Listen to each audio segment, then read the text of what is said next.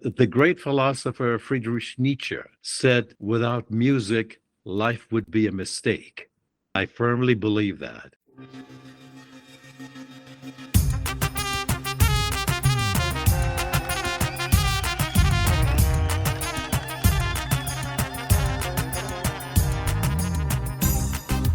I have listened to the radio all my life. When just a boy, with the lights off in the family room where the old Phillips reigned, basking in the soft glow from the dial, I spent hours being transported by the radio to lands I would probably never see. Listening to the radio opened windows into languages and cultures I could only dream about. Outside our home, the real world went by. Inside, I scanned my world with one hand on the radio knob, a cup of tea on the table beside me. In Vietnam, while I served as a U.S. Army combat correspondent, my little transistor radio helped me escape to corners far away from the war's cruelty and stupidity, ugliness and waste, death and destruction. Every day, my little radio gave me one more chance to hear exotic music and voices, just in case it would be my last. An Assyrian growing up in Tehran, Iran, I discovered early on that our radio was my ticket to places I had only read about or seen in Hollywood movies. I imagined myself as the fifth musketeer, fighting for justice alongside D'Artagnan. I saw me falling in love with the portrait of Jean Tierney the way Dana Andrews did in the film classic Laura. And of course, I was William Holden, dancing by that river in Kansas with the stunning Kim Novak in Picnic. Like all of youth, mine had its own joys and sorrows, curiosities and anxieties, and my radio was the doorway that made my dreams more magical. I would turn the dial and find my own private box seat in the world's concert halls. The music was as diverse as the languages I heard and as colorful. It opened my ears to sound.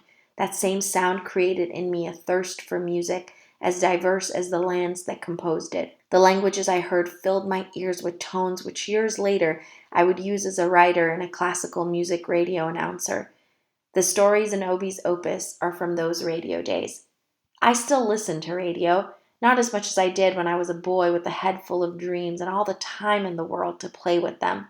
Radio has lost part of its luster in this age of explosive technology where you can link up with any part of the world in an instant. But I still see it sparkle. My old radio, the one from the old country, is gone along with many of the other things from my youth. My new radio is a big black box with enough buttons to decorate a troop of dragoons. It probably pulls in far more radio stations than I ever could in the old days, but it is not the same. Some late nights now, when I take a break from writing, I brew a pot of tea and sit in the dark, pushing the buttons and spinning the dial on my new radio. From the study in my home in Milwaukee, Wisconsin, I once again travel to places beyond my reach. In those late hours, I dust off the gallery of images tucked away in my memory, taking flight once again to the faraway places I visited as a child. The only thing missing is the glow from the old Phillips dial. Hey everyone, Rhoda here. Welcome to episode 191 of the Assyrian podcast. What you just heard is the introduction from Obie's opus, a book written by today's guest, Obie Yadgar. I thought there was no better way to introduce Obie than through his own words. He's a radio announcer and a DJ, a writer, and a Vietnam War veteran. His passion for music and writing is as clear as his love for his late mother, his late wife, 2 daughters, and 3 grandsons. I'm always touched by the stories of successes and regrets from Assyrians who've lived in diaspora for a long time, and Obie's anecdotes and stories are no different. He sounds like a loving grandfather and an incredible dad, and a wonderful husband who has seen and experienced loss and grief up close, but has also known joy in the depths of his soul, joy brought to him by true love, for his family and for the music that continues to uplift him and has the power to save him in his darkest hours. As he works to write his memoir and continues to tell his story, I hope this interview too will be a piece of him shared with everyone who listens to this podcast and all those who love him. This episode is brought to you by all of us here at the Assyrian Podcast.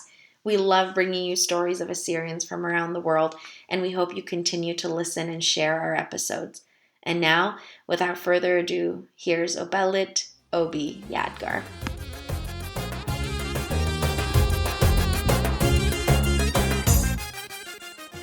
It's always a pleasure for me to speak with an Assyrian. I miss Assyrians and the Assyrian sound and the Assyrian feel. I live in Wisconsin, and there aren't many Assyrians here. Yeah, so I miss that. So it's my pleasure indeed. I think I first heard about you because we have a nomination form, and somebody filled out the nomination form and said we should talk to you on the podcast. And so I Googled you and I started reading one of your books and followed you on Facebook. And I was like, I've got to talk to him. Uh, This will be a fun conversation. So I've been looking forward to this. the pleasure is mine. I'm going to enjoy it. Funny enough, a couple weeks ago, we had an episode on the podcast called What is in a Name? And it was about the case for Assyrian names. One of my colleagues, Odessa, interviewed a bunch of people about naming traditions and Uh, how that has evolved in the Assyrian community. Your name is not strange to me. I had a childhood friend named Obelit. oh, Um, and but I still am curious if you know your name story and how your parents came up with your name. absolutely. Mine, the person who came up with my name was Rabbi Binyamin Ersanus. Rabbi Binyamin Ersanus, Freidun Autoraya, and another member.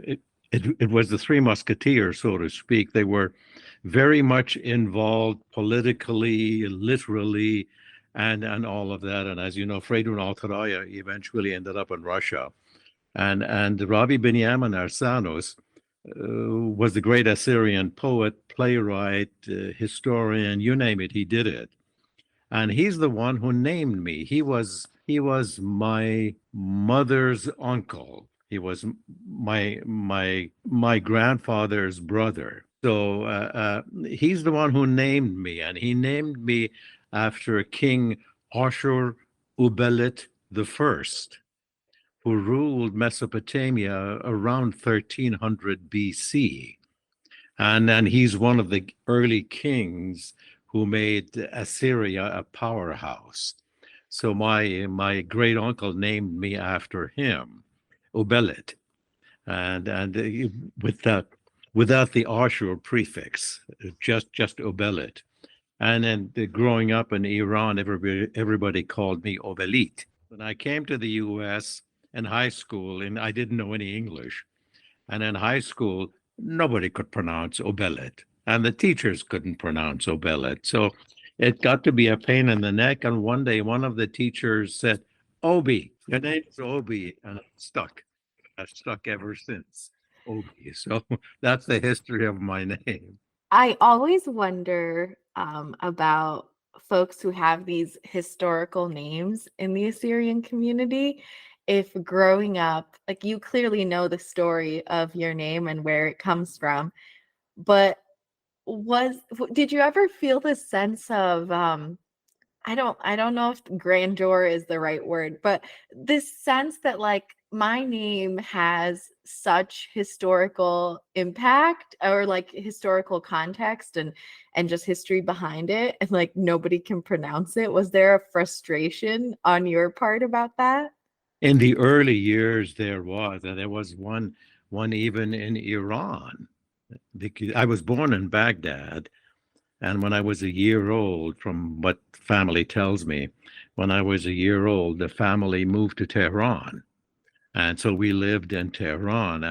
And even there, people had difficulty pronouncing Obelit, Obelit, in Assyrian at the house, it was Obelit, Mhm. but outside it was Obelit. Mhm. So it created confusions. And then back in the US, Americans are not very good at pronouncing names. They tend to butcher them. And they just absolutely destroyed my name. I really do feel a connection to my past, to King Ashur-uballit, and to everything Assyrian. As you know, the Assyrian Empire extended into the Caucasus, into Anatolia, which is the current day Turkey, parts of Egypt, even, and of course to the Persian Gulf and so on. And it really was a great empire. So one of my heartbreaks is the falling of the empire. In fact, we've my cousin Alfred, who's a filmmaker, and I have done a little video on what I regret about our empire falling and that it never rose again. And I always wonder why. Why did it not rise again? That's a mystery that will always haunt me. Yeah. So we did an essay on this subject called Looking for Lamassu. Looking for Lamassu, and it's really quite good, I think. It's quite good. Yeah. Is it a video that we can access and watch? Yeah. It's on Venmo. Okay. What is that? Yeah. It's called Looking for Lamassu. Looking for Okay, cool. Lamassu. Yeah, Alfred did the editing and the filming, and I wrote the script and voiced it, and it was filmed. We filmed it in my studio and in my study at home, and it turned out pretty good, actually. Yeah, it turned out pretty good. I'll find the video and we'll link it so that listeners can watch the video. You talked about how your family moved from Iraq to Tehran when you were 1. Why was that? The usual migration and yeah, because actually my folks are from Iran. My mother and most of them were born in Urmi and in the village of Digala. Yeah, Digala is I'm thinking about a 20-minute drushki ride from the city of Urmi to Digala. And so my family's from there, actually, all of them. And I've been to Digala many times, and I have a series of essays. I have about 28 essays on my visits to Urmi, and sometimes I connected to Vietnam because I was in Vietnam, and my father was from Gengachan. Yeah, and people say that people from Gengachan are nuts. So. I know they'll come after me. So they met in Iraq, of course, married and all of that. Yeah. So that's the connection there. But our main connection is to Urmi because and our dialect is the dialect of the Urmuzhnaya.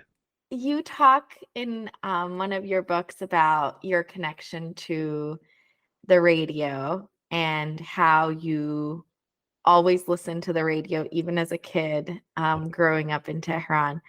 I'd love to hear more about that experience from you and what listening to the radio at a young age meant to you. Oh, sure. Yeah, and in fact, I wrote an essay on that, which is part of a book I'm going to put together, or maybe a podcast, I'm not sure yet, of the 28 essays, and I call them Musing with My Simavar. That's Cute. the title of the book, Musing with My Simavar. And my connection to radio, when I lived in Tehran, we had a shortwave radio. And in those days, I'm looking at the 14th century. I mean, it goes that far back. In those days, we all had shortwave radio. And at night, I would frequently turn off the lights, and our radio was an old Philips. It was a big radio with fancy dials, and I would dial in stations, as many as I could find, and I found many in the Caucasus, and particularly in Azerbaijan.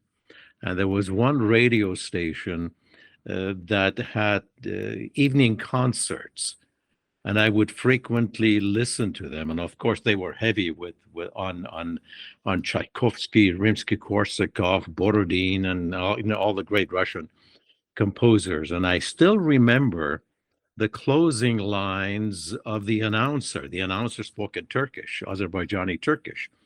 And I still remember his closing words, "Bizim konsertimiz kotaldı." Our concert is over. I'm assuming that's the translation. And so that was my love for radio going way, way back. And I've loved music all my life. I mean, I have loved music. I love music. And if I had a camera, I would show you the CDs packing the cabinets here. Uh, I've loved music all my life and all kinds of music. And I would listen to this show a lot. And when I came to the U.S., I continued listening to music, and I went through high school, and then I'm a college dropout. I didn't do well in college, so I'm a dropout. And what I know, what I know comes from the streets. Mm. What I know comes from the streets, and but music was always in the background. I listened to early on to jazz. I listened to jazz quite a bit. In fact, my first radio show uh, uh, as a DJ was a jazz show in San Diego. It was a cool jazz show, Miles Davis, John Coltrane, and people like that. And I just absolutely loved jazz. And then I worked in St. Louis for a while for an NPR station there. And I did actually three shows. I did a classical music radio show from 6 to midnight, weeknights. And I did kind of a jazz show Saturday night. And I helped engineer a big band's show, Tommy Dorsey, Glenn Miller, and all of that. And it continued. It continued. And then from there, I moved on to Milwaukee. I worked for a radio station here that was all classical. I did morning drive, which was usually from 6 till 10, something like that. And I chose my own music, Brahms and Vivaldi, Aldero Vandini. Yeah, so I did that. I had music in my head all day, and that continued. I worked in Chicago for a while at the WNIB radio in Chicago, and it was all classical. In 2002, I retired from radio. And then 20 years later, I went back into radio. What happened was my wife passed away last year. We were married, my God, about 60 years. Wow. Ishti, Wow. 60, Ishti Shinne. And we were married that long, and then she passed away, and that just shattered my world. It just destroyed me. And then one day, this must have been in August, this past August, when things were really bleak. Oh, it was a dark day. I mean, it was a dark day, and I couldn't breathe. It was that bad. And then just out of the blue, I decided to call the station I had listened to for many years, asking, "Hey, have you got a gig for me?" As it happened, the general manager had been one of my old listeners. And when he saw the caller ID, yeah. So he called me in. We had a conversation, and I believe November 4th, I started a Sunday morning show, just 1 hour, from 8 to 9, just Sundays, and that's all classical music, and we call it Obie's Opus after my book. I play whatever I want, and they never tell me what to do or what not to do, and that's a good thing, because I know what I'm doing. Then so in that hour, I blend music from the Renaissance to classical period with Mozart, to early romantic Schumann, late romantic Tchaikovsky. I blend that whole thing in 1 hour. It doesn't give me much time. You sneeze and the hour's over. So, but I am really enjoying myself. And when I went on the air the first day, the general manager was on the air with me, so as to introduce me to the audience and all of that. Not only that, but help me with the equipment, because I didn't know the equipment, which was fine. But the moment I turned on the microphone, I kid you not, the moment I turned it on, It was as if 20 years ago were yesterday. It was there. It was there, and I thoroughly enjoy it. I just absolutely love it. Love it. It's me and microphone, and it's my world. Yeah. Hey, you're in your element. I am. I am. A radio studio. I walk in a radio studio, I'm home. I feel very comfortable in a radio uh, studio. When I was in Vietnam, I was a combat correspondent with the 4th Infantry Division in the Central Highlands of Vietnam. And in the big base camp, which was headquarters for the 4th Division, Camp Anari in the Central Highlands, there was, of course, the motor pool where the tanks and the APCs and all that were kept. And these people put a little radio station in the motor pool. Uh, I think the radio station broadcast about an hour a day in the afternoon. And so I used to frequently go visit the DJs there, and they would put a record on, and all of a sudden a tank would start rumbling, moving, and that of course shakes the ground, and you can see the needle on the LP jump. So it's an unusual place to put a radio station, but there you have it. And so that was part of my connection with the radio too. Although again, I was a correspondent with the infantry and cover battles and all of that and go back to a base camp and write up the stories. Yeah. So yeah. But my connection has always been with music, and it's been heavy.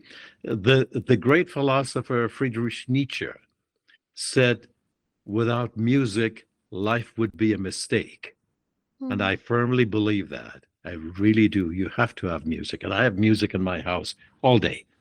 It's always playing, whether it's jazz, whether it's Coltrane or Miles Davis, or whether it's Brahms or Beethoven or Mozart, Haydn, and all of these. It's music on all the time, and I just love it. My husband and I have had this conversation about if you had to lose one of your senses, which one, if you had the choice, which one would you not want to part with? And he always says hearing, because he can't imagine what life would be like if he couldn't listen to music. He is so right.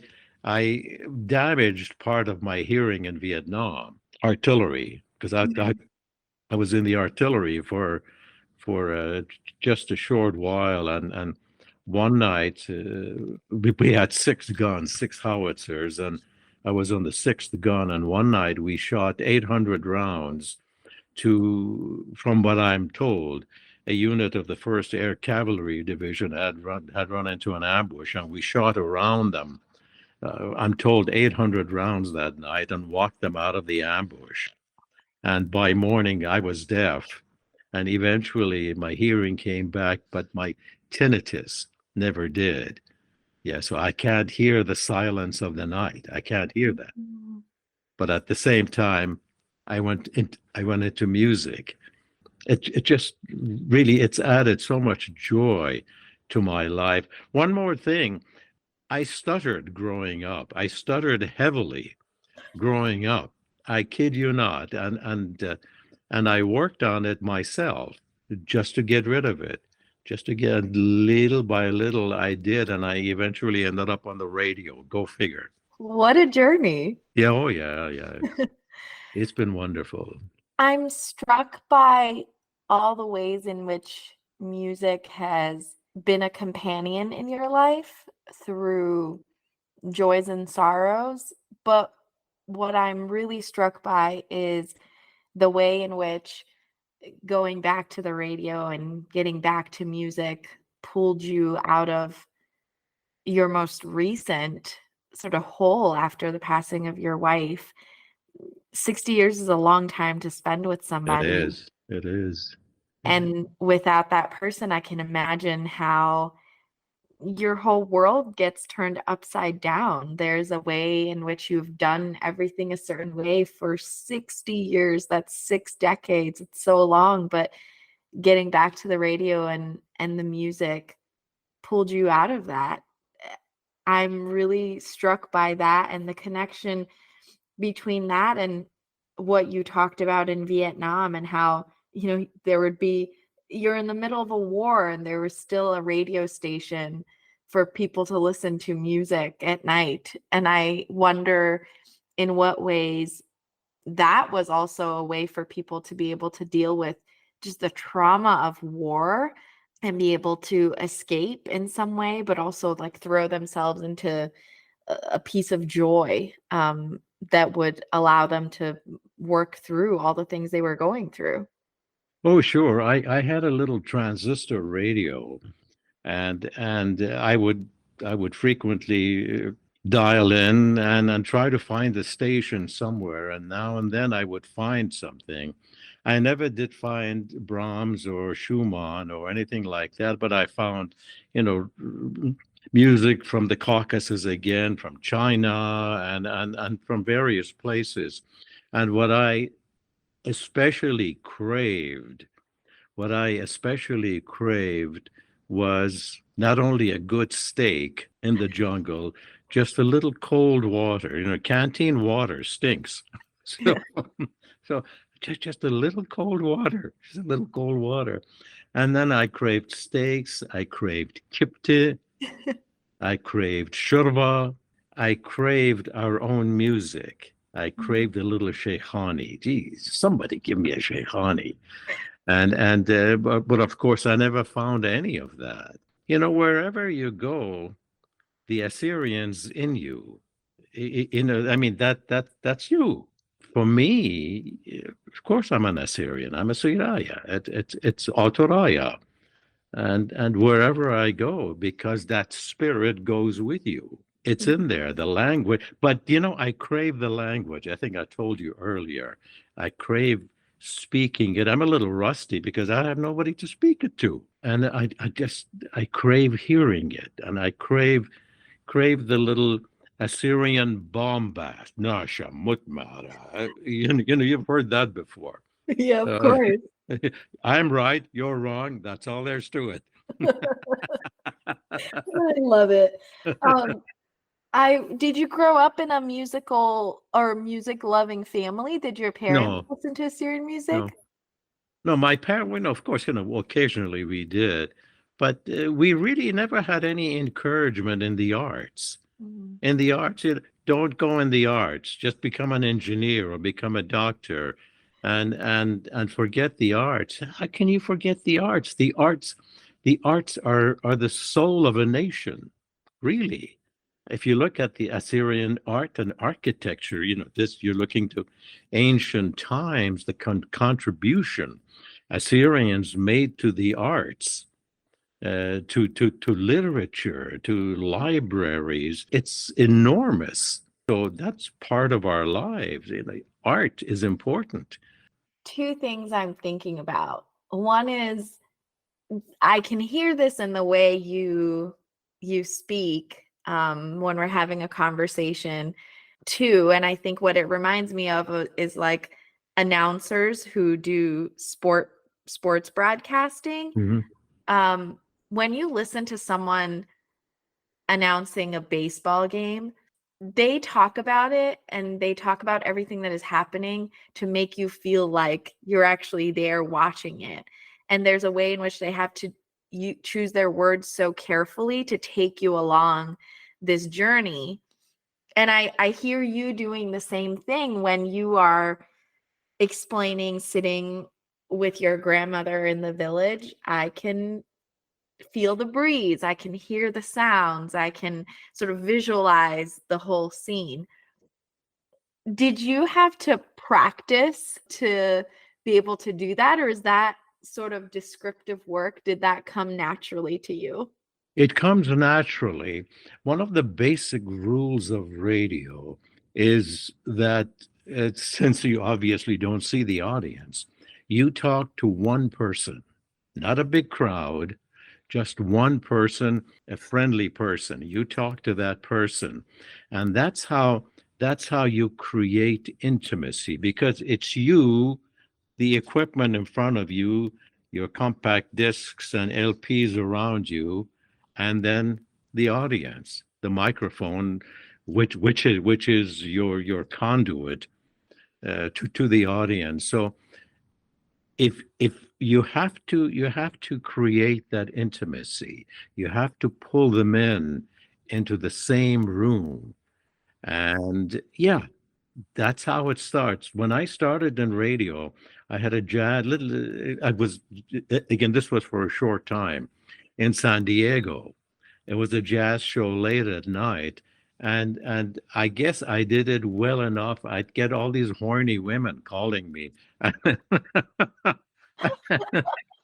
and I could hear the ice in their cocktail glass tingling, and so you have to create that. You have to create that. And years later, when I worked in morning drive in Milwaukee, one morning, and again, I did all classical music.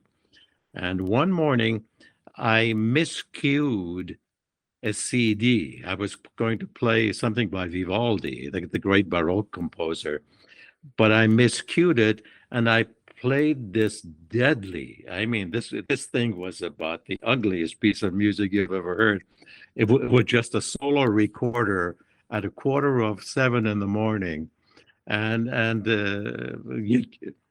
if you want, you can bleep me out on this one. I get the phone rings and I answer, and there's this guy in a quiet and dark voice. He says, "Of all the beautiful music in the world, you have to play this shit." And he hangs up. He hangs up, and to this day, I laugh about that. He was right. The piece was deadly. I finally took it off the air. I put something else on, and we were okay. So yeah, intimacy. You've got to create that. Through the years, I got to know the audience, but by first name, and I'd get invitations to their homes. That comes with creating that intimacy. We're part of each other. We're part of each other, and I think that comes naturally, the same as the way it did after 20 years. The moment I turned on the microphone, I was home. I just kept rattling on, and yeah. So it's inside, the same as writing.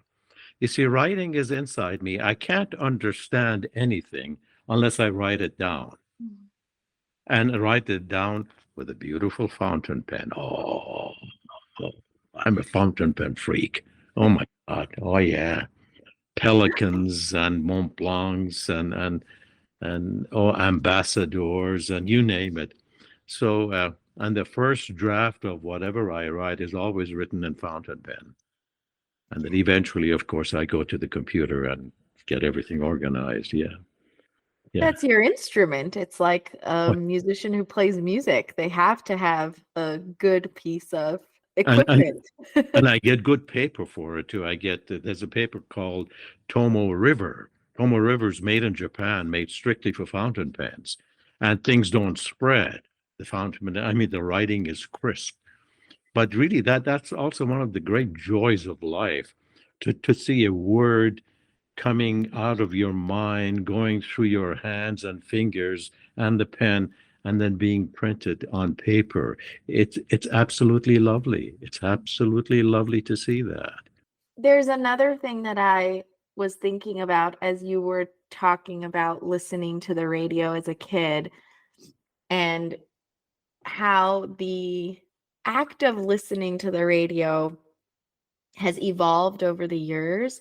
My family left Iran much later than you did in the late 90s. And one of the memories I have is listening to Voice of America with my aunt.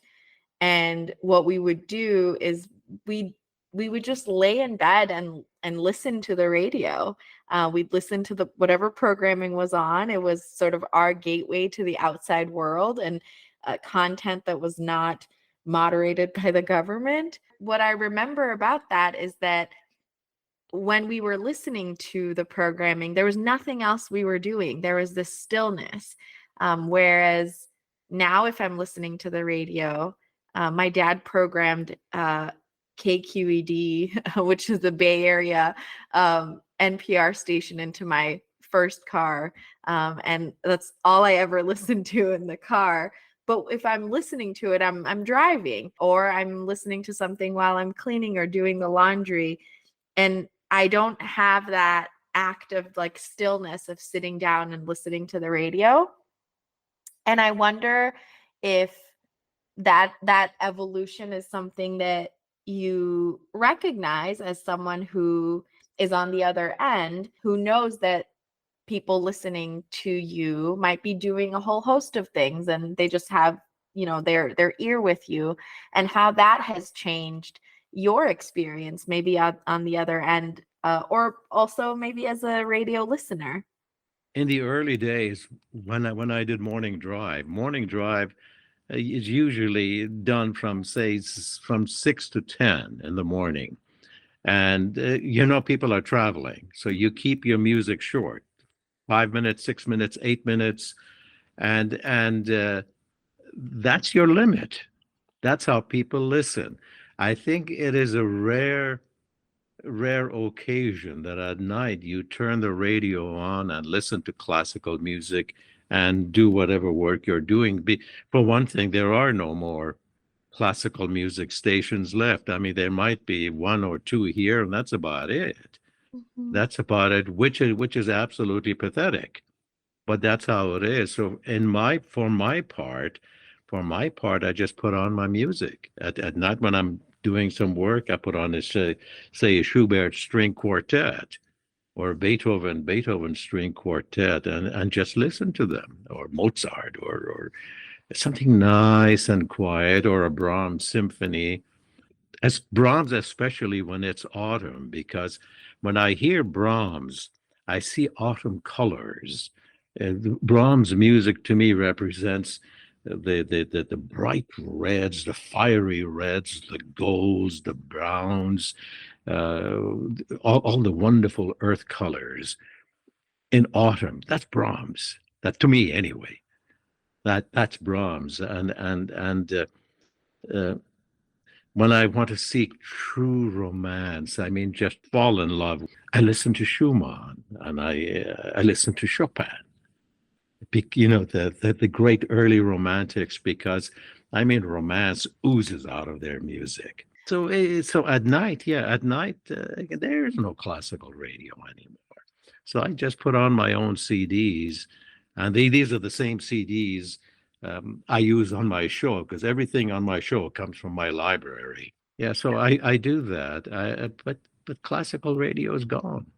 It creates true inspiration for one thing, because there are so many elements in it. There are so many elements. You listen to Beethoven, for example. Beethoven was so well read. He read Rumi, Ferdowsi, Saadi, all of these great Persian writers, and he read writers from other places of the world.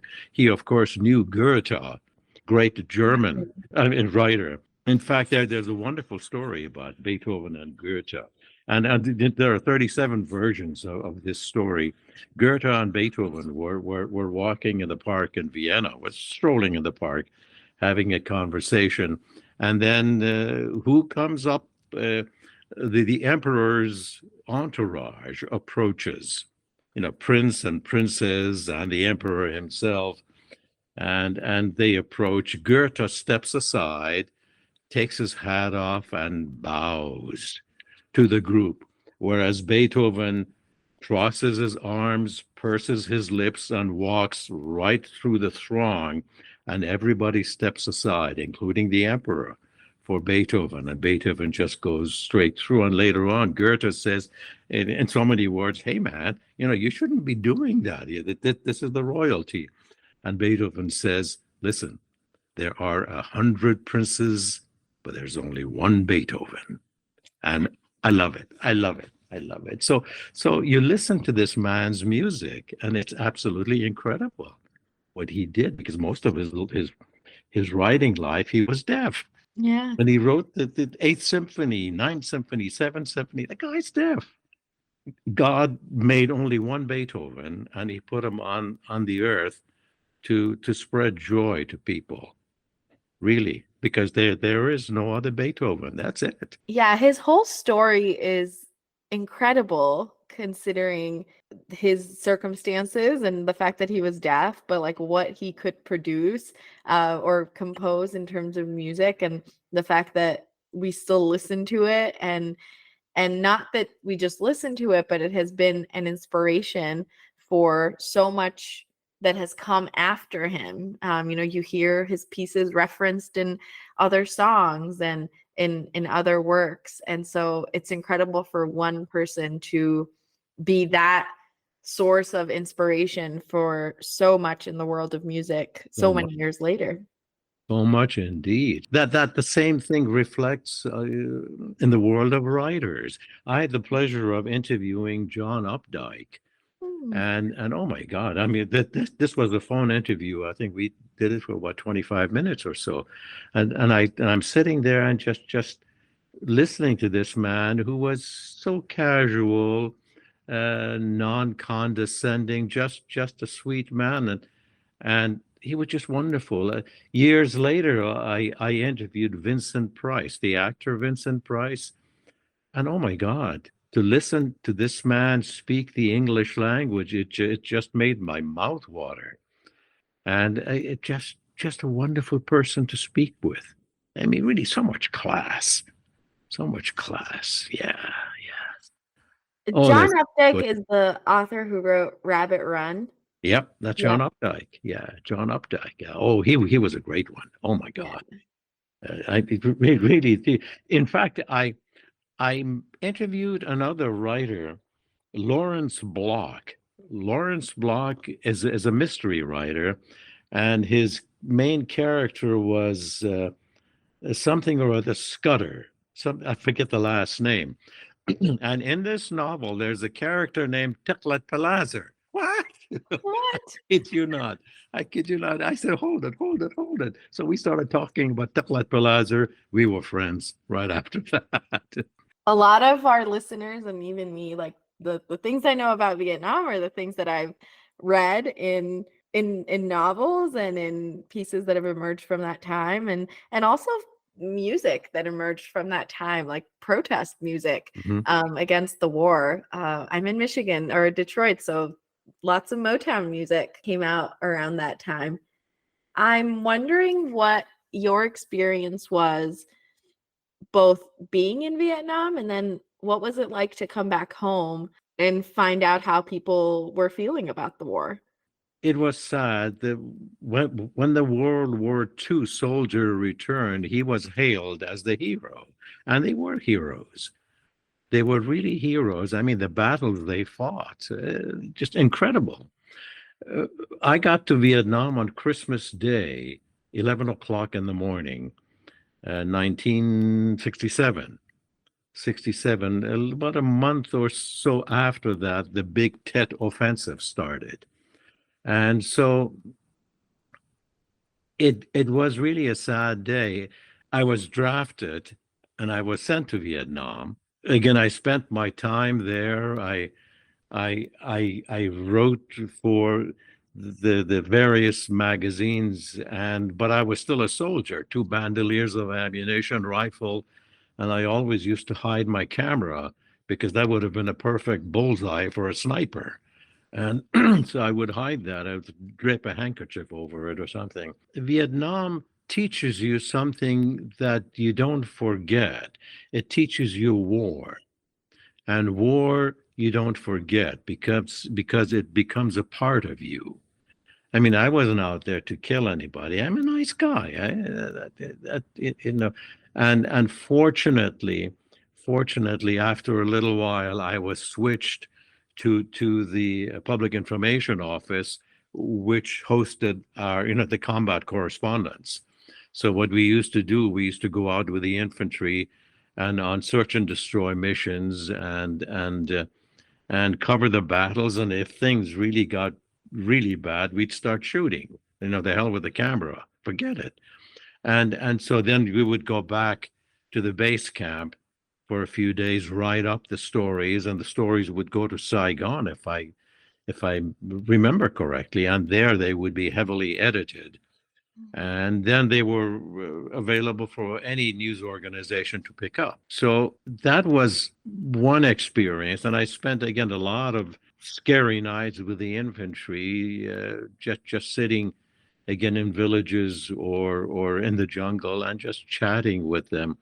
And I remember one guy who had spent 1 year in Vietnam, had fought many battles. That was his last night in Vietnam. The next morning, the chopper would come in and pluck him out of the jungle and fly him to his base camp where he would prepare.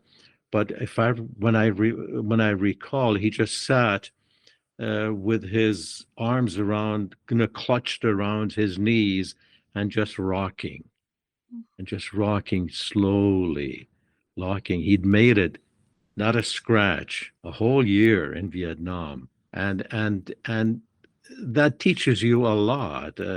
Another time we were on patrol, and I remember we took a break in the jungle. One guy sat about, I don't know, maybe 6, 7 feet away from me. He sat on the path, and as it happened, he sat on a booby-trapped grenade, so that when he got up, the pin pulled, and the grenade went off, and he was badly wounded. Another guy 15 feet away, he got shrapnel wounds. I didn't get anything. So that teaches you something. The dark nights, you look, you're sitting on the perimeter behind a machine gun, and the bushes just a few feet away, and you hope the VC won't crawl upon you and cut your throat. And so all of those things stay with you. And then the laughter also. There was laughter. I was covering a unit bivouacked outside a torn-up village, and we had to dig in foxholes at night. So I sat on a foxhole with a Puerto Rican, and so we started talking, and here's a Puerto Rican and here's an Assyrian. We're in the same foxhole, and the rice paddies in front of us. Fortunately, there was a full moon that night, so we weren't going to get any sapper attacks or anything like that. So we were talking. I offered him a little raisin, and he took the raisin, and he had a toothache. I said, if you take a piece of garlic, and I said, what side is your toothache on? He said, if I remember, he said left side.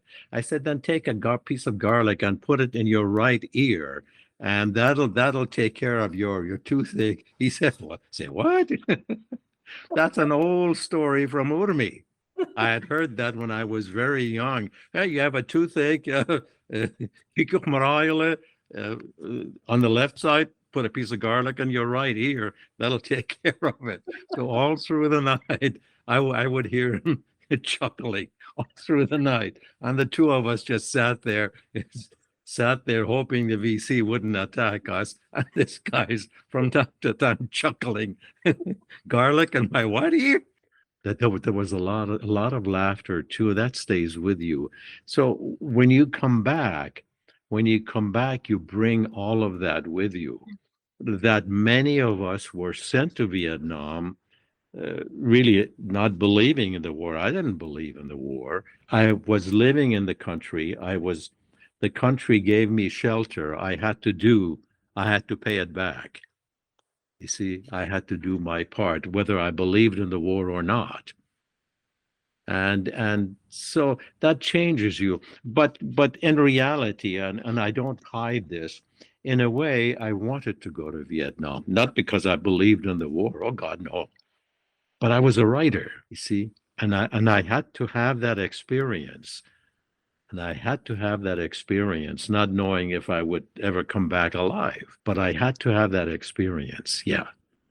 You said you had your camera with you. Do you still have photos that you took while you were there? No, the photos weren't mine. You see, we took them, that they of course went with with the stories. And again, as we wrote up the stories, the whole thing was shipped. Although I do have my Pentax camera from Vietnam. I still have it. Yeah, no, war changes you. And when we came back, people were criticizing us, baby killers and this and that. I didn't kill any babies, and that really was not a nice thing to do to young men who had no choice. We were sent there.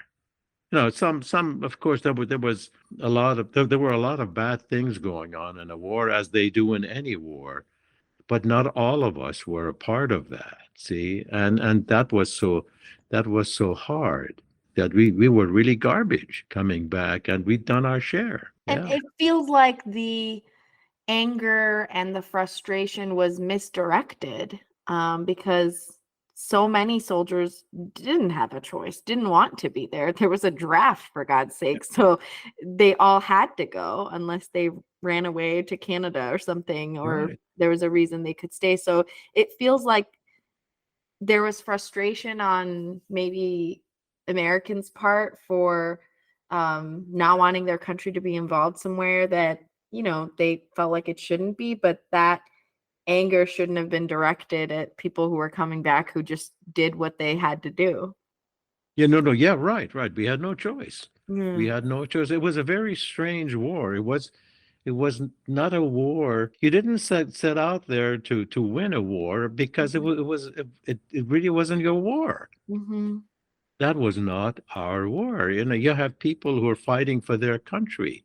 Somebody attacks the US, you think everybody's going to sit back and, oh, please come on in. No, no. So we were not invited there, really. Well, Mm-hmm. South Vietnam did, but they didn't count.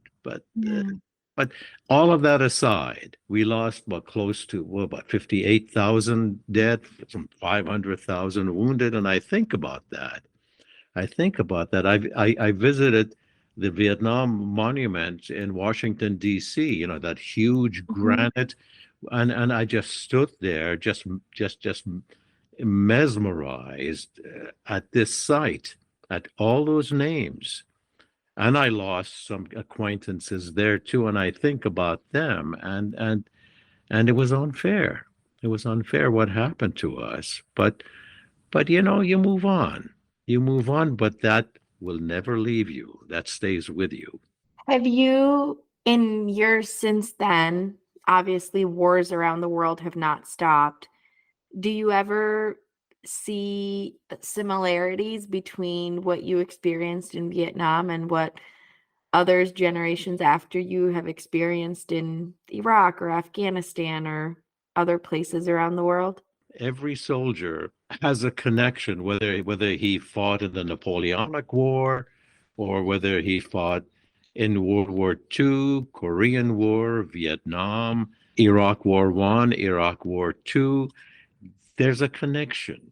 And when you get together, you talk about, oh yeah, we did this and we did that.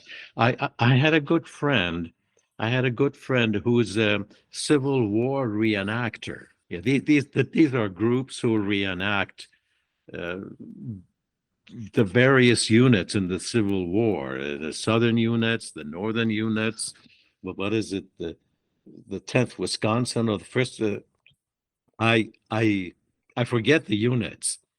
But when they're sitting around and talking, well, we did this to you at Shiloh, and we did this to you at Cemetery Hill, and all of that. It's we, Mhm. as if they're part of the northern soldiers, the southern soldiers. We did that. So even in that respect, there's a connection. There's a connection with soldiers. When I go to the VA, for various medical reasons, and we're sitting in the waiting room, all soldiers, all former soldiers, and all of a sudden, you start talking. First Marine Division, Second Marine Division, First Infantry Division, First Air Cavalry, 101st Airborne, 82nd Airborne. All of a sudden, there's a connection. Because once a soldier, you're always a soldier. That stays with you. that stays with you, and that's one of the great wonders of life, because you have so many things to enrich your soul, to enrich your body, and all of that creates memories, and memories. I have many of them. I have many of them, and I told you I've started my memoir, and this is going to be not I was born on such and such day, not the typical memoir. It'll be sort of a stream of consciousness memoir, the way Jack Kerouac wrote, stream of consciousness. So it'll be that kind of a memoir, not necessarily for publication, just for my family to remember me, for the grandsons to, oh yeah, that's what they call me Poppy. That's what Poppy did. Yeah, just to tell, write and tell them what their grandmother was like, and how I met their grandmother, and what war is like, and what it's like to sit in the same room with a guy like Vincent Price and have a nice conversation, have a donut with a guy who's really so cultured. He had a magnificent art collection, Vincent Price, and I think I mentioned earlier the way he spoke the English language. Oh my God, unbelievable, unbelievable. Yeah. That's a really wonderful thing for you to do for your family, because I wish that I had that. I never got to meet my grandfathers, either of them. And the stories I've heard about them from my parents or from my grandmas are far and few in between. So I think that's a wonderful thing to leave your grandkids, and even beyond that. So I love that you're doing that. They live right next door, actually. Oh, that's My awesome. daughter Sadie is a labor and delivery nurse, and they live next door. And I have three grandsons, 14, 10, and 5, and they live next door. A couple years back, I had to do a TV commercial for a store, and they needed the young kid to go with me, so I took Max. He was around 9 at the time, and he and I both auditioned in a studio for the position. I got the gig, but young Max didn't, because he was too young. They got somebody at least 2, 3 years older. But one of the greatest joys in my life was that morning auditioning with my grandson for this commercial, the two of us. The kid knew his lines instantly. It took me half of the morning to remember my lines. I mean, he was that good. And afterwards we stopped at some place and had something to drink and had some ice cream. Do you know how much joy one can get from something like that? I'll never forget that day. And so I hope he too will remember that day.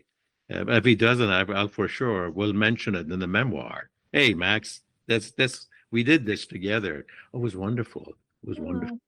I Yes. did see that you're maybe teaching him how to shave. Oh yes. Oh yes. I'm heavy into shaving. I mean, straight razors, and I've been shaving with a straight razor for decades now. But I'm slowing down a little because my precision isn't where it used to be in my hands. So I have to be careful, and you're dealing with an open blade. And so, yeah, and he's starting to get little fuzz. He's got a little stash there, and I started teaching him all the correct techniques of shaving. Most men in the U.S. don't know how to shave because nobody taught them, and they get razors with 5 or 6 blades. You've got 5 or 6 sharp blades scraping your skin. That's insane. That's insane. So I set him up with his own shaving brush, his own cream, soap and cream, his own razor, his own styptic pencil in case he nicks himself, and just teaching him the techniques of How how. did you learn the technique? Well, nobody taught me. Nobody taught me, but since my 20s, I wanted to shave with a straight razor. For some reason, I suppose it was the romance of it.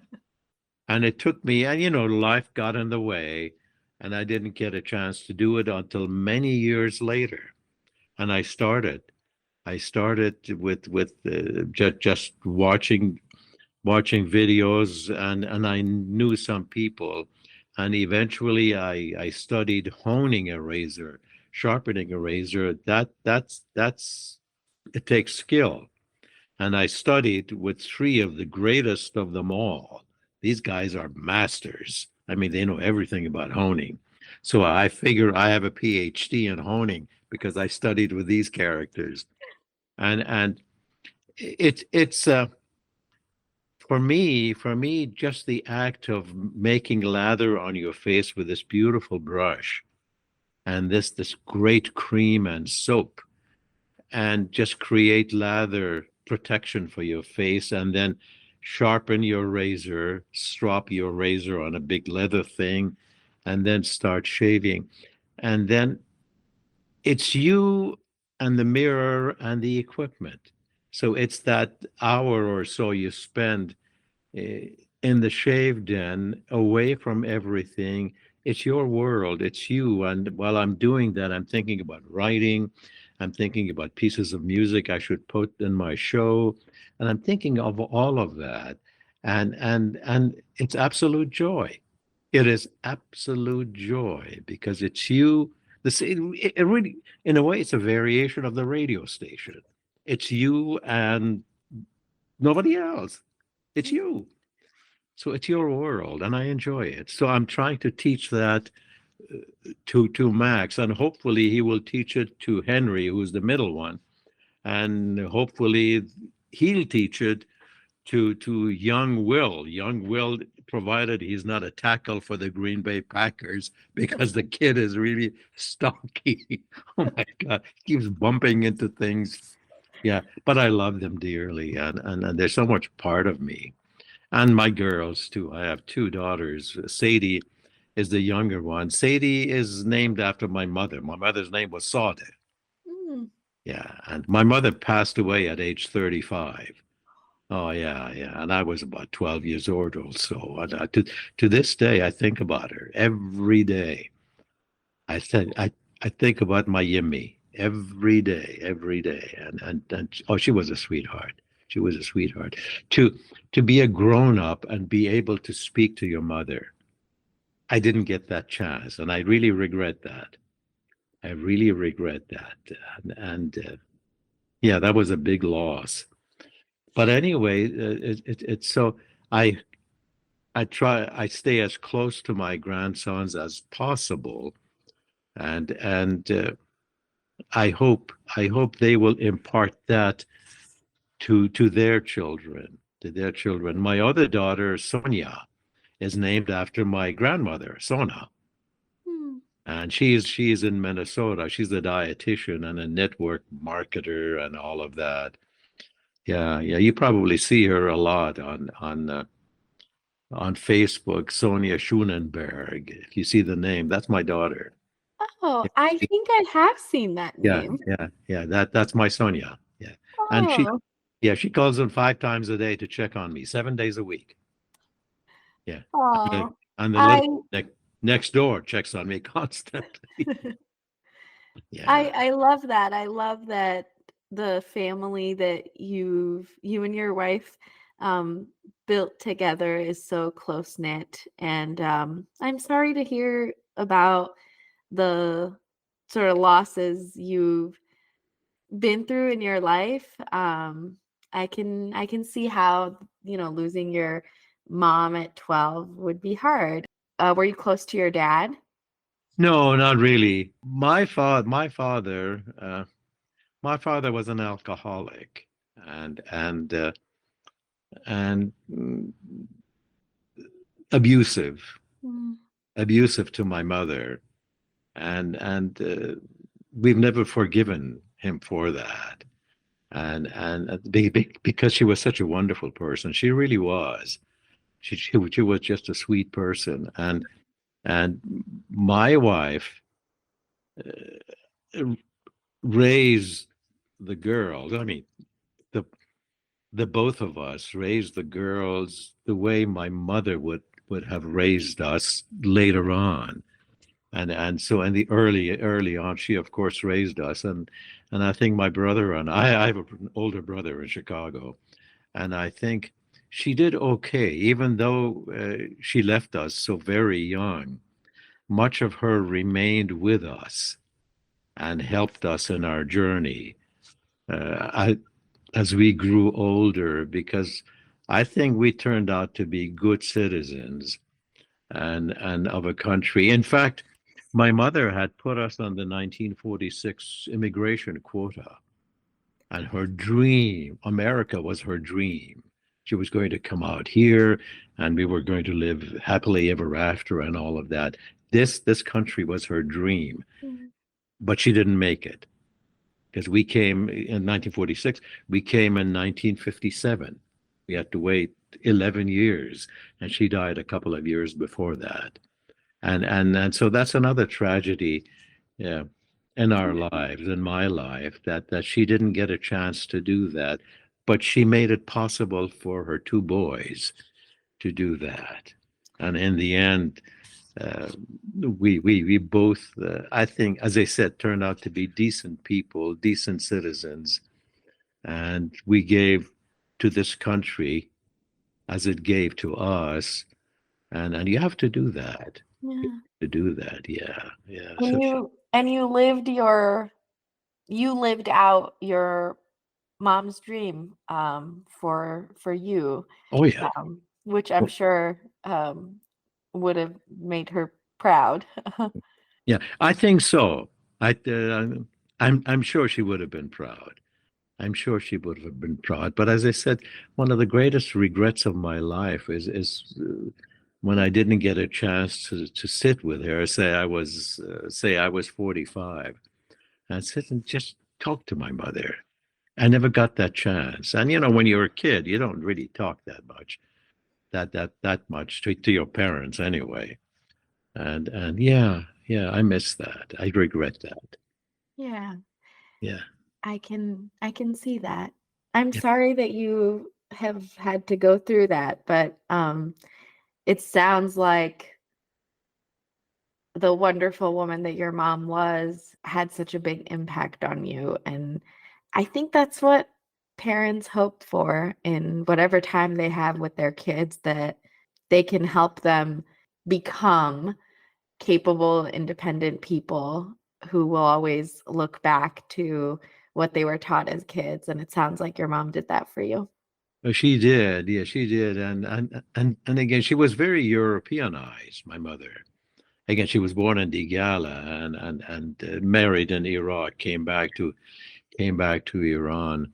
Uh, she was very Europeanized, and I think and really caring. She was really a good mother and a sweet person and a decent human being. And I remember once I had bought a little tiny truck. I found it some little store. Didn't cost me much. And I went home and showed it to her, and she really praised my purchase. She liked the way the truck looked and all of that. I will never forget that. I Mhm. will never forget that she said that, oh, that is a beautiful truck, she said. And so I do that with the kids. With the kids, when they play soccer or play flute, or Max, who's at a German language contest today. He speaks German pretty good. Yeah, and yeah. Another regret that I have, before I forget, I failed to teach my children Assyrian. I forget. Mhm. I failed to do that, and because life gets in the way. You're working. You're trying to bring food into the house. I regret that I did not teach them. I mean, they know a few words. Yeah, but I regret that. I wish I had. How did you and your wife meet? We met. Oh my God, we met over on a blind date over spaghetti dinner. I don't recall much of the spaghetti dinner, but a good friend of mine we were in college both. That's before I dropped out. He had an XKE Jaguar, and he was driving down the street in San Francisco one day, and right in the next lane, who pulls up? This gorgeous girl in a Jaguar sedan. So they started making signals and all of that, and they pulled over him, and so she invited him to dinner, and she said bring a couple of friends because she had three roommates. And I didn't really want to go. He said, well, let's go. So we went, and we paired off quickly. He, of course, went with her name was Tanya. She was a gorgeous girl, just beautiful. And then Jack was the other guy. He went with a girl named Lori, who used to clomp around the apartment with these shoes. Clomp, clomp, clomp, clomp. Oh, she was most unpleasant. I didn't care for her. And then, of course, there was Judy, and my wife Judy, and we hit it right off. We hit it right off. We danced, and interestingly enough, the way she fit in my arms, it was unusual. I mean, I danced with other women, uh, but this one just felt right, you know. So then the next day, oh, I asked her for a date after that night. So we were to meet at a restaurant, and the little shit stood me up. What? What? So I sat there and waited for this girl. She never showed up. The next morning, I showed up at her work, just outside her work. When she left, oh, hello. And then she turned red, blue, yellow, green. And I said, what happened? And she said she was afraid of me because I had a black turtleneck and I was trying to be a writer, black turtleneck and a uh, corduroy jacket. And I guess I talked all kinds of nonsense about Hemingway and F. Scott Fitzgerald, so that I scared her. And but after that, so we started going out, and we stayed together after that. There were some partings, I had to do this, do that, but we were together ever since. And then we eloped. Actually, we went to Reno. One she was working after her office closed. Uh, we did I have a car? Or she? Oh, she had a little Austin Healey Sprite, which is a tiny tiny little car. But we drove to Reno. We hit a snowstorm in the Sierra Nevadas, and we had to spend the night in an inn. And the next morning, we were having breakfast at this inn, and the trees outside were covered in snow, and it was such a novelistic scene. It really was. And I was writing it in my head. And as I said, I can't understand it unless I write it in my head. And then we got married in Reno. I had my black turtleneck on. I hadn't shaved for a few days, and she had her office suit on, and we got married. Yeah, in Reno, at the Chapel of the Bells. No Elvis stuff, but there were a couple of characters as witnesses there. And yeah, so we got married, and really that lasted 60 years. Oh, we had our ups and downs, mostly financially. I was out of work a couple of times, and things were hard. But that's a part of life, and we were together for all those years, and she was a wonderful girl. She really was, and she put up with me, uh, and she tried to fit, and she fit fairly well in the Assyrian world. I once introduced her to a distant cousin of mine in San Francisco. I said, Auntie, this is my wife, Judy. And she looked up and down Judy and said, yeah, she's okay. So, all right. Well, it sounds like a beautiful story, but more a beautiful and strong partnership. The memory of which is so clearly with you and will be with you because of the impact you both had on each other. Yeah, she was at home among Assyrians. I mean, she Mhm. just felt at home. She cooked kipte, she cooked well, what did she do? Reza Khurush and all of that. She learned to do that through the years. Never learned Boishala and couldn't stand the Rishakle. Oh my God. That made her sick. Oh, hey, what's life without Rishakle? Come on. That's what my parents say, but I beg to differ. Oh, Rishakle and then Harissa. That's a Harissa. good one. Oh. My brother still makes harissa in Chicago, and he calls me. He says, "I made this beautiful harissa, and I have a heart attack here. Well, I'd like to be there having that harissa." Oh yeah, yeah. There's nothing quite like harissa for Christmas. That is my favorite time of the year to have harissa. Harissa is really heavenly food. It's just a simple thing.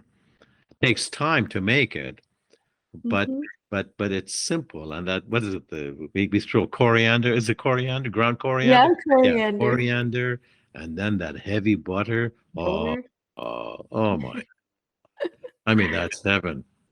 Yeah, Good. but that's what I craved in Vietnam. I didn't crave fancy French dishes or Italian dishes, none of that. I craved, give me some kipte. Just somebody make some kipte. I craved What that. Somebody, what did you eat in Vietnam as a oh, soldier? we had in base camps, we had the mess halls. Okay. And you have your steaks and burgers and the steaks. I don't know where they got their steaks. We always said it's probably some dead VC. And when we were in the jungle, if the choppers could fly in some food for lunch or dinner, they did. But choppers couldn't fly in all the time because that get shot down. So we had the sea rations. We had sea rations, and the sea rations have advanced considerably. There was spaghetti and various bean dishes, and so we had those. We had those, and just open up the can and chop away, and now and then you'd sit and shave. We'd get these damn plastic razors. Oh God, and make water in our helmet, a little but anyway, and I once told myself, good Lord, if I ever get out of this place alive, I'm not going to touch those things. And I never did after that. No, never did.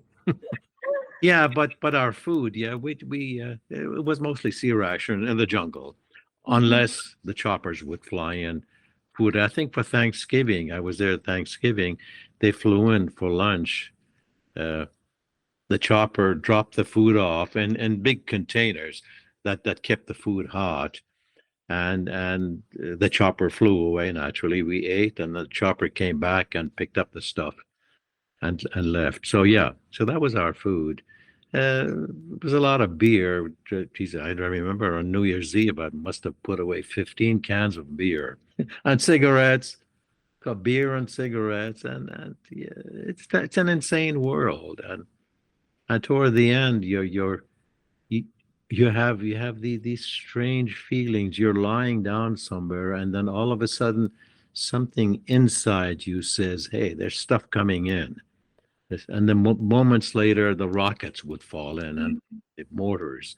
So you get this strange extra sense that things are happening or will happen. That's all part of war. Yeah, that's all part of, and it stays with you forever.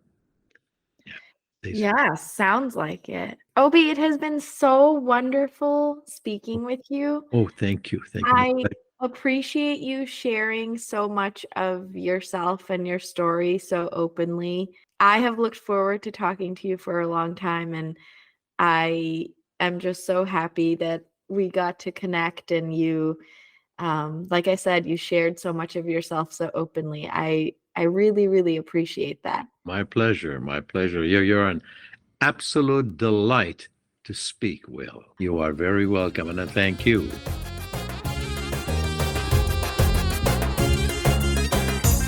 That's it for this week. Thanks for tuning in. We hope you enjoyed this episode. We'll see you next Tuesday.